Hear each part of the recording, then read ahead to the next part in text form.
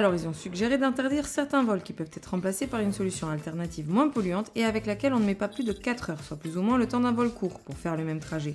Ça concerne 18 lignes, ça représente à peu près 30% du trafic et ça permettrait de réduire de 12,5% les émissions de CO2. Quoi comme alternative? Le surf, la calèche, le deltaplane?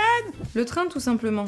En France, notre réseau ferroviaire s'est développé sur une grande partie du territoire et pourrait absorber dès maintenant les voyageurs de ces vols. Alors bien sûr, il faudra régler quelques problèmes autour de la qualité du service et surtout de la ponctualité. Mais si l'État investit efficacement dans le secteur et que la concurrence se développe, on peut imaginer que tout ça s'améliore tout en gardant des tarifs abordables. En tout cas, c'est quand même beaucoup plus envisageable que les avions du futur. Mais alors pourquoi on le fait pas? C'est là que ça devient compliqué. Cette proposition a été retenue et transformée en projet de loi. Mais les 4 heures maximum pour ce trajet alternatif ont été réduites à 2h30.